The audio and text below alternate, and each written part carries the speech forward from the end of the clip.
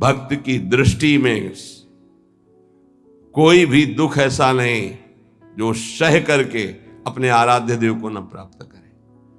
आराध्य देव की प्राप्ति के लिए संघर्ष सहना अत्यंत आवश्यक है। कष्ट सहना, जो अंदर जलन हो रही, जो विकारों की जलन हो रही, सहो भाई, इनकी पूर्ति से कुछ नहीं होगा। इनको से एक बार लड़ जाओ, एक बार निकल जाओ तो जन्म जन्म की लड़ाई जीत जाओगे। जिसकी शुद्ध भक्ति होती है उसको अपने प्यारे के नाम जप के सिवा और कुछ अच्छा ही नहीं लगता है। बस उसकी लीला कोई सुना दे, उसके गुणों की चर्चा करा दे, उसकी रूप माधुरी का चिंतन करे। तो मेरे प्रभु का स्वभाव है कि जो प्रभु को जपते हैं प्रभु उनको जपते हैं। ये बात समझ लो। आप प्रभु की लीला कथा सुन रहे हैं, प्रभु आपको देखकर इस भाव से, जब हमारा हृदय पवित्र होता है तभी हम भगवान को भाव से बच पाते हैं। अभी भाव नहीं, अभी तो भाव की केवल बातें सुना के बातें करते हैं, भाव नहीं जागृत हुआ। भाव जागृत होने पर इन तीन पर आपका महत्व नहीं रह जाएगा। स्वजन संबंधियों पर, अर्थ के द्वारा प्राप्त होने वाले भोगों पर और इष्ट देव से बिलक साधनाओं पर, इन पर आपका राग नहीं रह जाएगा। ये पहचान है भाव की। आराध्य देव पर ही केवल, जैसे गोस्वामी जी कहते, बने तो रघुबर ते बने, बिगड़े तो भरपूर, तुलसी औरन ते बने, ताबनिबे पे धूर। जब तक नाशवान पदार्थों में महत्व रहेगा, ये जो श्लोक है कि जिस प्रकार से भक्त मेरी शरण में आता है, मेरा भजन करता है, मैं वैसे ही उसका भजन करता हूं। नाशवान पदार्थों का महत्व देने से हमारा मन अपवित्र हो जाता है। नाशवान पदार्थों के भोगने से हमारी इंद्रियां और तन अपवित्र हो जाता है, हमारे कर्म अपवित्र हो जाते हैं। तो जन्म निश्चित हो गया अगला। और जब हम भगवान की शरण में आते हैं, भगवत नाम जप करते हैं, भगवत शरणागत होते हैं, भगवत भक्तों का संग करते हैं, तो सारी मलिनता नष्ट हो जाती है। तन की, मन की, स्वभाव की सब मलिनता नष्ट हो जाती है। इस बात को समझिए। शरीर, इंद्रिया, मन, बुद्धि, पद, योग्यता, अधिकार, धन, जमीन, जितनी भी ये सब हैं, इनमें रुचि, आसक्ति, ये तुम्हारे मन को पवित्र कर देगी, तन को अपवित्र कर देगी, स्वभाव को अपवित्र कर देगी। अगर इन्हीं सभी को प्रभु को समर्पित करके कर्तव्य कर्म का पालन करते हुए नाम जप करोगे तो सब कुछ पवित्र हो जाएगा। जैसे जड़ मिठाई कभी ऐसे लगाने वाली नहीं होती, लेकिन जब प्रभु को अर्पित करते तो प्रसाद हो जाती है। मांग करके किनका मिलता है तो बड़ा आनंद का अनुभव होता है, मेरे प्रभु का प्रसाद है। ऐसे ही शरीर, इंद्रिया, मन, बुद्धि, पद, योग्यता, अधिकार, धन, जमीन, जो कुछ भी है उसे प्रभु को अर्पित करके अपने कर्तव्य का पालन करते हुए जो नाम जप करता है, उसका तन पवित्र, उसका मन पवित्र, उसका स्वभाव पवित्र, उसकी सब वस्तुएं पवित्र हो जाती है। अब तो वैसी निष्ठा नहीं दिखाई दे रही है, होगी किसी के अंदर। पहले महापुरुषों में देखा, जैसे श्री चतुर्भुजदास जी महाराज जो सेवक जी के मित्र थे, अगर जिस गांव में गए वहां अगर वैष्णव नहीं है, कंठी तिलकधारी, तो उस गांव के कुएं का पानी भी नहीं पिएंगे, ऐसी निष्ठा रखते थे। यहां एक भी वैष्णव नगर में नहीं थे। नगर क्या है, ये भूतों का डेरा है। फिर जहां भगवान का भक्त नहीं, भगवान का भजन नहीं, नाम कीर्तन नहीं, उस नगर का पानी नहीं पीते थे। ये उनके चरित्र में आया है। बहुत पवित्रता का निर्वाह महापुरुष जन भजन के लिए करते थे। गले में कंठी नहीं, मस्तक पे तिलक नहीं, तो हाथ से पानी पीने की रुचि नहीं है। ऐसी निष्ठा में ही तो सब। इसी निष्ठा का प्रभाव दैवी शक्ति को भी परास्त कर दिया।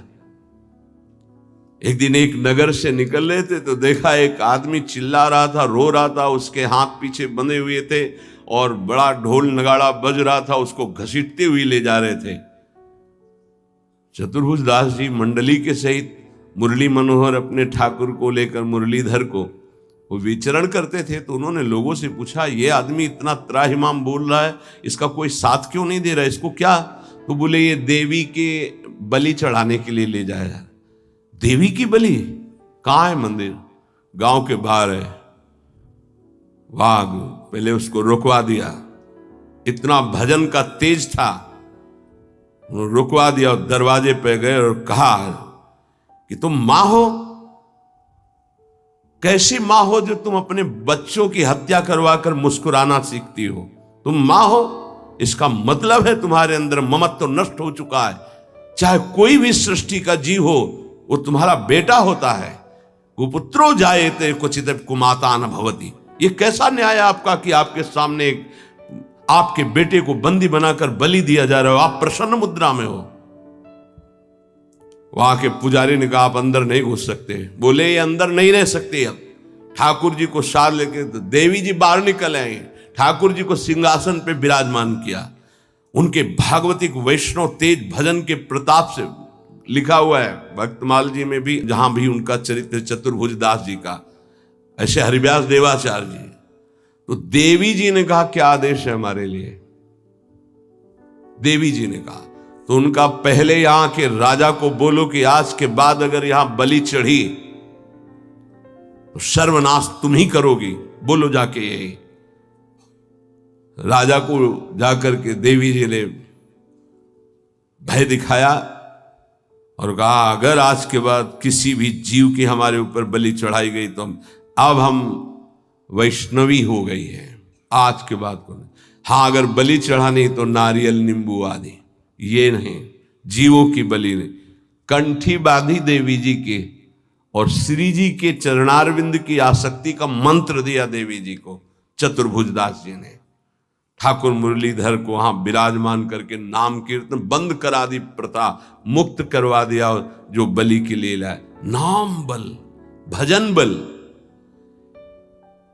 यदि आप प्रभु का आश्रय नहीं लिए, नाम जप नहीं कर रहे, तो यही शरीर, इंद्रियां, मन, बुद्धि, पद, योग्यता, अधिकार, धन, जमीन, ये तुम्हारे तन को मलिन, मन को मलिन, स्वभाव को मलिन और अगला जन्म निश्चित। जैसे कोई कहता है हम तो पिछले जन्म को मानते नहीं, अगले जन्म को मानते ही नहीं, तो तुम्हारे मानने न मानने से सृष्टि चल रही क्या?